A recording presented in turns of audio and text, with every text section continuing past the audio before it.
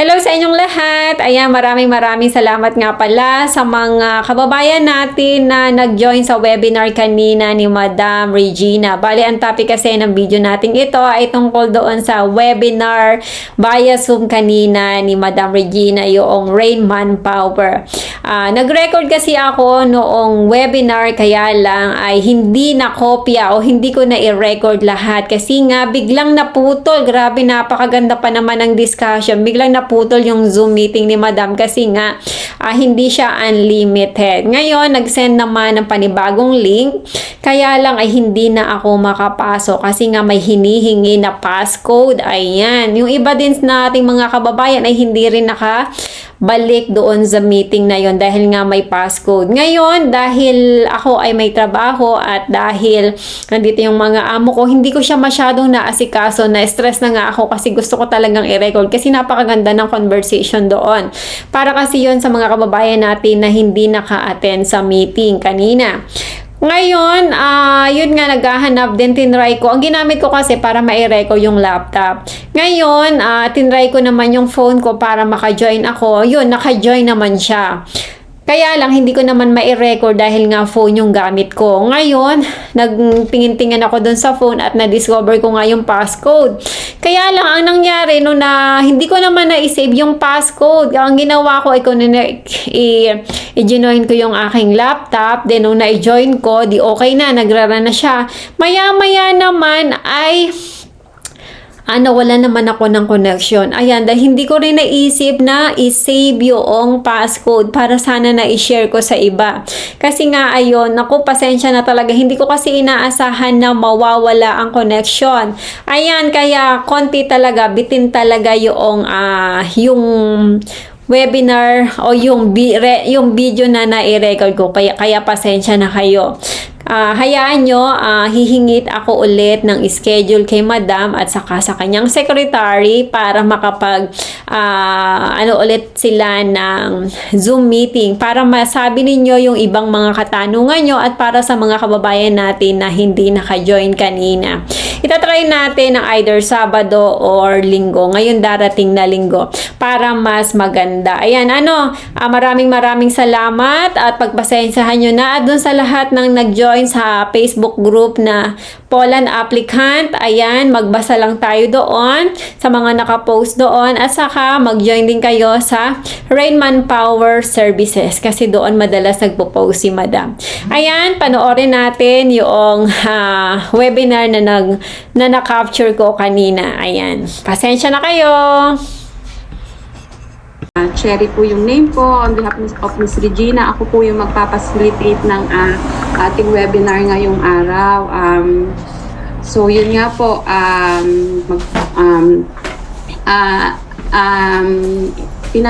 inopen ko po itong, I decided to conduct webinar po para masagot po namin yung mga inquiries ninyo kasi sa totoo lang hindi ko po kayo lahat ma-replyan sa mga inquiries nyo via Messenger and WhatsApp tsaka sa email kasi mag-isa lang po akong naghahawak noon, hindi ko po kayo lahat ma-replyan. So I decided po na isang sagutan na lang, ma'am, sir, para sa lahat ng inyong inquiry. Pero okay lang po, mag-message kayo ko. Pero pagpasensyahan nyo po ako kung hindi ako agad-agad makareply sa inyo. Ano po, hindi po ibig sabihin nun. Dinededma po namin yung mga inquiry ninyo at pinagwawalang bahala yung mga questions ninyo. Hindi lang po talaga maisa-isa. Yun po. So, ayun po, we in Rain Manpower Services po offered services regarding po sa mga nagnanais na mag-apply po sa Poland. Okay. Ang amin pong meron po kaming job offer sa Poland po. Yun po yung number one, yun po yung priority namin sa ngayon na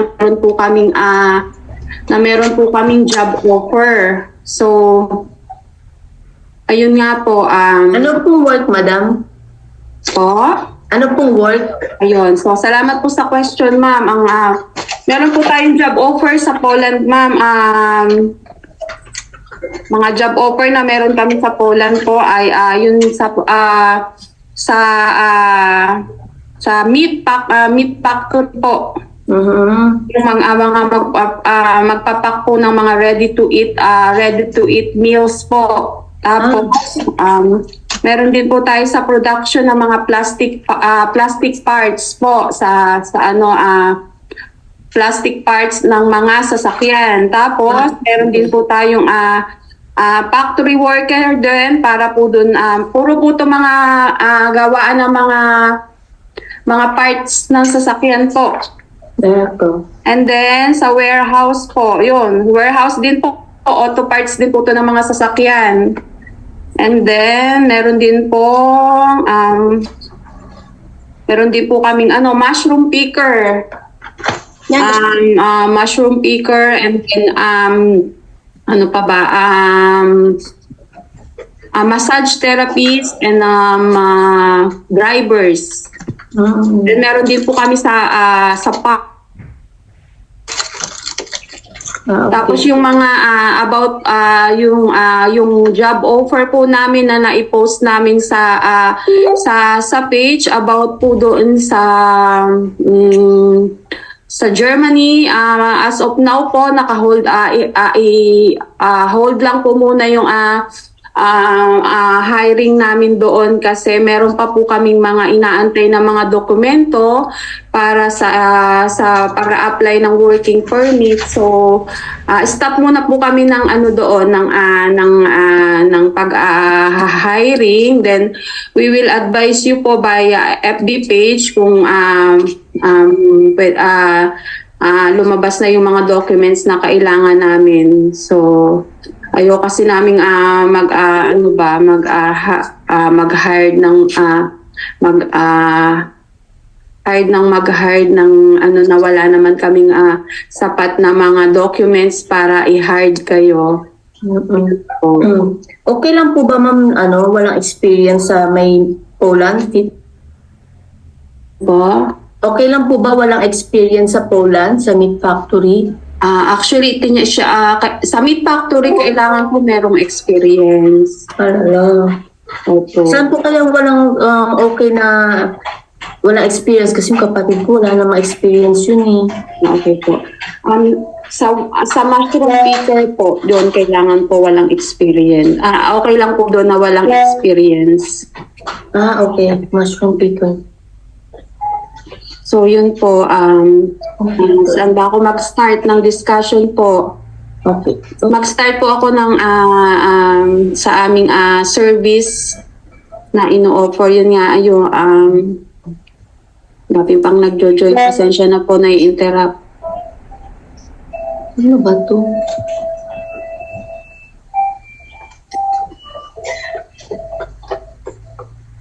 Ayun po, ano po ang mag-start na po tayo, no? Marami na pong naka-join. So, yun po, mag-start po ako sa aming service fee. Okay lang po ba? I-discuss ko na po.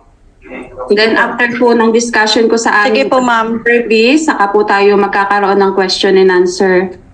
Sorry, nauna ako. Okay lang po, wala. Then po, so ang aming pong service fee, mga sir, mga ma'am, is we are based in Madrid, Spain nga po pala sa mga hindi po nakakaalam. We are based in Madrid, Spain. So, ang aming pong service fee ay nagkakahalaga po ng 2,500 euro. So, include ang 2,500 euro is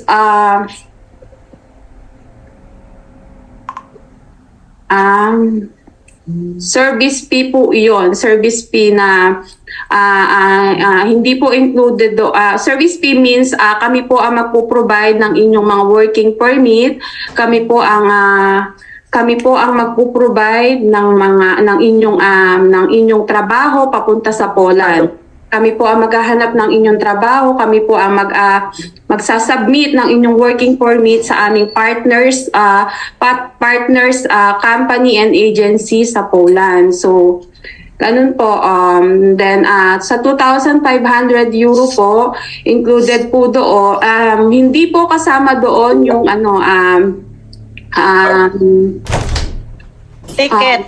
visa fee at saka po ticket. Then yung medical fee kung saan man po kayong bansa nandoon. So the rest, yung pong mga kailangan nyo, yung mga kakailangan in order to get the visa in the embassy po, kami po ang magpo-provide noon. Bali, ipo-forward nyo lang po sa amin ang lahat ng inyong mga documents, ng mga requirements po namin para makakuha po tayo ng working permit. Tapos, ayun, ano ba tayo?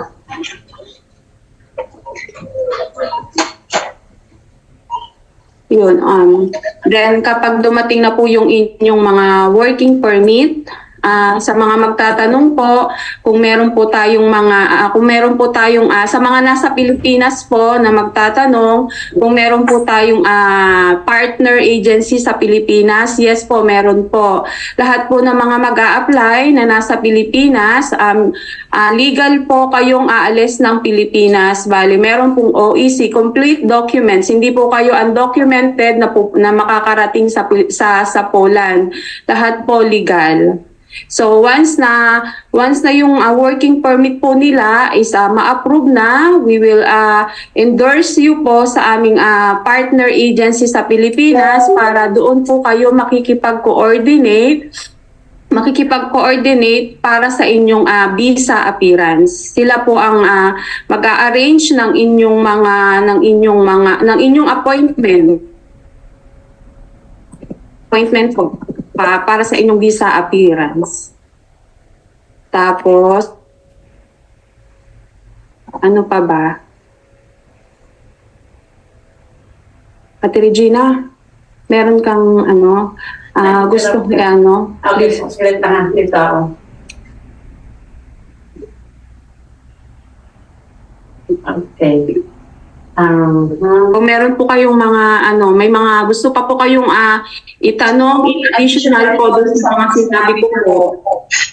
Hello, everyone. Ayan po, magandang hapon po sa inyo lahat dyan. No? For sure is nasa Pilipinas kayo na. O meron man sa ibang lugar. Ayan po. So, anyway, thank you, Ms. Cherry, sa pag-share po. No? So, ang sinasabi ko ni Che kanina, no, yung 2,500 po is processing fee lang po yun. Pero kung ipapackage po natin overall, na including po, no, kasama na lahat yan, nasa 280 po tayo package. Kasama na yung air ticket natin, travel insurance, medical, OEC, at saka yung visa po. Yan. So, yan ang total package po natin. And then, kung magsubra man tayo doon sa air ticket natin na, kasi ang ano lang po natin, no, ang ticket lang natin na allowance is 40,000. Ngayon, kapag sumubra po ang ticket, kasi normally ngayon mahal ang ticket, ngayon nabuwabawi ang mga airlines ticket. So, usually ang ticket nila ay umabot minsan ng 60,000. So, additional na lang po. Presyo. So, may mga po tayo, no? Sa mga walang work experience, meron tayong mga factory na pwede po doon sa like mushroom factory, fruits and vegetable, mga picking vegetable, siya.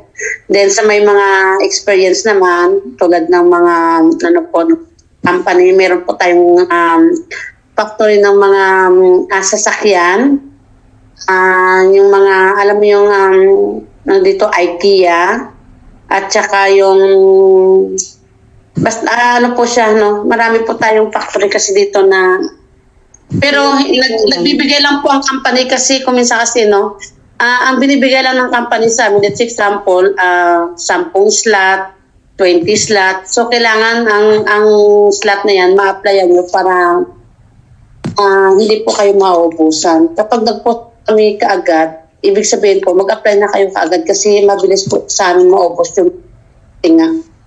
May work, ano po tayo, may work order tayo from po. Ang dami po natin, no? So, hindi ko alam kung ano yan po. No? So, hello, nandito rin si Miss Madel. Thank you, Miss Mad, sa pag-join. Ayan, sa mga gustong magtanong, pwede po kayo mag-ask, ano po, ang kagandahan ang kagandahan ng dito, no? Kapag nag-apply kayo po sa Poland, kapag nag-apply po kayo sa Poland, ang kagandahan dito, kahit punta ng Europe, Because pwede I po need to kayong, print this one, no? Okay? pwede po kayong Yan po. Pwede po kayong mag-travel dito sa Spain or sa Italy or sa Thank you. Germany. So, kahit sa France po, pwede po kayong mag-travel. Pwede po kayong, at least, ang ano nyo po ay mag-start muna kayo ng kahit ilang buwan sa company, no, para hindi lang din po masira yung company natin. Kasi tulad niya, no, ngayon merong isang araw merong isang applicant na pagdating sa Warsaw, nag-run away na siya. So, nagpipinalty din po yung mga agency pag ano. Kaya baka in the end po, no, hindi na magbibigay ng mga job order yung company kasi nasisira po tayo sa record. Sana wag naman natin siraan yung record natin para at least hindi lang naman sa kanila, may mga susunod pa mga aplikante. Yes po, ma'am. Magtrabaho muna kami kahit 1 month, 2 months. Opo, ayan po. At least sabihin nyo, madam, gusto ko, pwede po ba 2 months lang ako sa pagkakan? Para aware na po kami, para alam namin na pwede namin pakiusapan yung company ng ganun po. Papalam ng maayos. Hindi yung pagdating sa Warsaw, mag-disappear na, nawawala na. Ako po, nag-advance na po ako sa inyo. Opo, hindi, yun ang hindi po ba? Kasi marami tayong applicant, tapos syempre nasisira tayo sa record, kaya wag natin gawin. Magpaalam ng maayos. Magpaalam tayo ng maayos para hindi tayo masira. So meron kaming meron tayong company like Chocolate Factory na yan. I think more than 50 years old pwede pong mag-apply. No, hindi lang siya lalampas sa 60 years old. Ayan. So, ma'am, ask ko lang sorry. Pwede po mag-travel sa Paris. Pero alam nyo ba, meron akong suggestion sa inyo. Kasi dito isi-share ko lang kasi syempre matagal na ako sa Europe. Ang Paris, Italy, Spain at saka Germany. The best pa rin ang Spain puntahan kasi 3 years lang po dito nung magtrabaho kayo, madali kayong makakuha ng residence card nyo. Unlike doon sa Italy na maghintay po kayo ng 10 years. Matagal ang Italy. Ma'am, paano po pala pag hindi po ako nakakuha ng NOC? No objection certificate. So, asan ka ba naka-base ngayon? Dito po ako, ma'am, sa Kuwait. Actually, anong reason para hindi ka mabigyan ng NOC ng non-objection ng... Kasi may pagkasungit itong boss ko eh. Ang gawin mo Nagpaalam na po ako eh. Ayaw po. Yan ako minsan may... meron factory. Pakisamahan na lang yung amo. Sabi gano'n eh. Mga amo kasi kung nagpaalam minsan... na po ako. Sabi ko Yes, po, opo. ma'am, hindi na po ako magre-renew. Ngayon. Sabihin mo na lang na, sir, please, hindi na ako mag-renew. Pero in the future, no, kung halimbawa, para at least pampalubag-lubag sa mga employer, no, na just in case po, sir, na gusto akong bumalik po ba, ay available po, pwede pa ba akong bumalik. So, need ko, bigyan nyo rin ako ng NOC para at least, ay, gano'n na lang yung siguro, no, ang sa mga employer. Kasi, Naku, ma'am, baka pagbalik Hindi ko kasi- itong boss ko.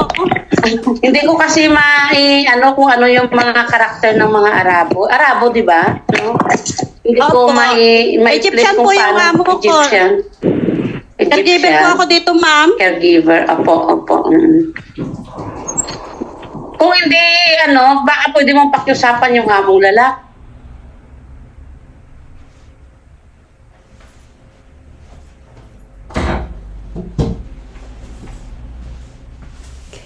Years. Thank you. So, kapag nakuha mo yung residence card mo, in the same time, weekend, mag-aaral ka ng Yeah. mag-aaral ka ng nursing dito para at least may ka na, fully equipped ka na pagdating ng mayroon ka ng residence card. At the same time, pag mag-aral ka rin ng Spanish dito, kasi syempre, alalahanin niyo dito sa Espanya, hindi sila nag-adapt ng English, bibihira lang nag-English sa hospital. So kung sa caregiver talaga matanda, pure Espanyol talaga. Tapos po, Yes, ma'am, kayo ma'am. din maghanap ng employer from Poland to Spain. Opo. Pero Kaya possible nga, oo. po, 3 years po muna ako magstay sa mga work sa bahay. Pag halimbawa, no? Kapag example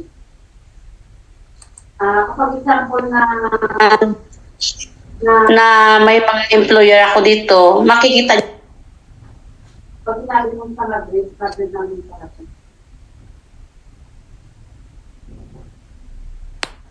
Madrid lang. Kapag naputol po yung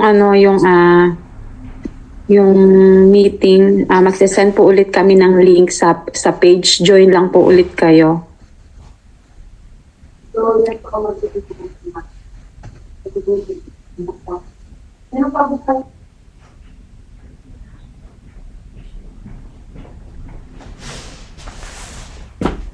My gosh. Nangyayari dito. Ito yan guys kami ang mag-a-assist sa inyo ng mga dokumento, lahat-lahat. Pero please, pagdating naman sa visa appearance, kayo po yung nakasalalay po sa inyo ang pag-approve, ha? So, kailangan na lagi namin sinasabi na pag pumupunta kayo, equip din kami yun, siyempre, no? May dala kayong mga requirements, sunod-sunod yun na yung mga papers nyo, hindi yung nasa page 1 yung first page ng passport nyo, tapos yung next, Saudian na. So, i-arrange nyo rin ng maayos para hindi na mahirapan kasi alam nyo naman na ang natin dyan sa Pilipinas medyo mahigpit pagdating sa sa personal interview. So, kailangan din kayo maayos din po kayong umarap doon sa interviewers para at least maganda ang niya po. Kasi pag makita niya na hindi maayos, kasi siya parang based na sa experience ko or sa observation ko dyan sa embassy, no? Tumitingin siya sa personal. No, kapag makita ka niya hindi niya maayos, naku, manda ka na, tatandaan ka niya. Baka i-reject ka niya. So, hindi po sa amin nakabase ang pag ng visa. Sa inyo po nakasalalay ang ng visa po, ha? Ang agency po